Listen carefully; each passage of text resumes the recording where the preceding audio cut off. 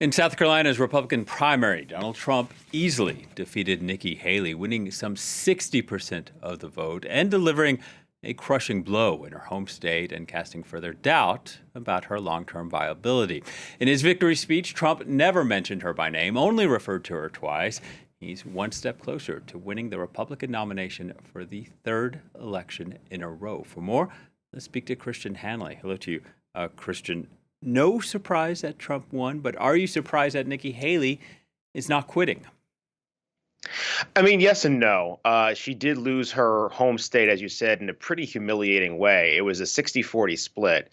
And not only was it a 60-40 split, but Donald Trump, won across the state. And this is a state where it's not winner take all in terms of the delegates that a candidate wins, but it does award a certain number of those delegates based on how many congressional districts a candidate wins. And so by Trump not just winning the state outright, but winning it across the map, it means he really did sweep the state. That being said, he's also a candidate who is unique in that he faces multiple different civil and criminal charges right now in jurisdictions across the United States. And so for Nikki Haley, even though she has lost her home state last night, she does, I believe, have a reason to stay in, if only because Donald Trump does face so many legal perils between now and the general election. Yeah, more on that. Nikki Haley's camp has been able to outraise Trump's. Why is that? Are donors hedging their bets because of his legal troubles? Or is it like Haley says, when it comes down to a November showdown,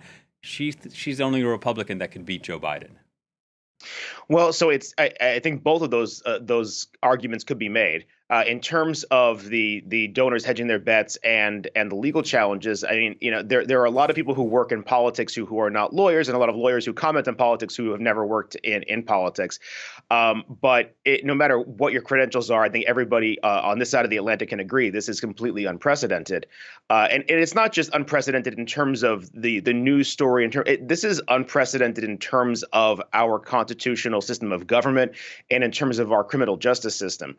We don't know answers to the questions like if he is to be indicted in a criminal proceeding, if he can actually serve a prison sentence, given the fact that he is a former president who requires Secret Service protection.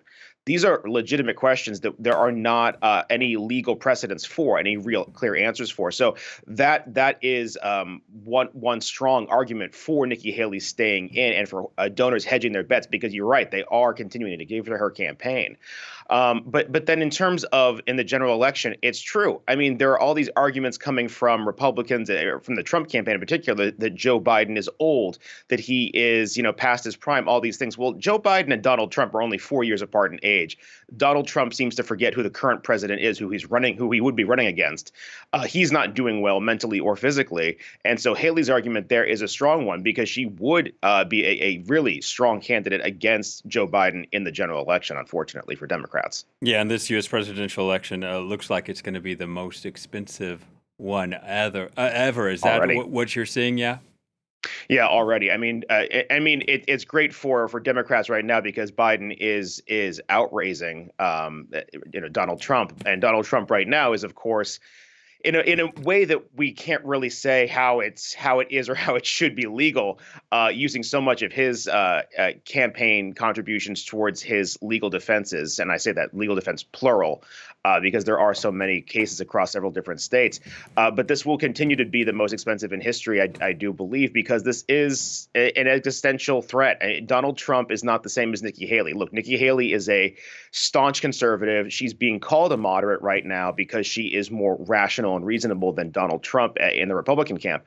But Donald Trump has come out and said that he is not a fan of democracy, that he would be a dictator on day one. And his followers did attempt a coup on January 6th of 2021. And just this past week at CPAC, the big conservative political convention, there was an entire speech about how they failed on January 6th, but are going to continue pushing to end democracy. And Donald Trump is at the forefront of that. So that means that Democrats, and Joe Biden will continue to raise money, not just from the traditional big donors, but also from small dollar donations, everyday citizens who are concerned about the stakes of the election. Christian, thank you very much for your time. Christian Hanley speaking to us from Thank you. Washington.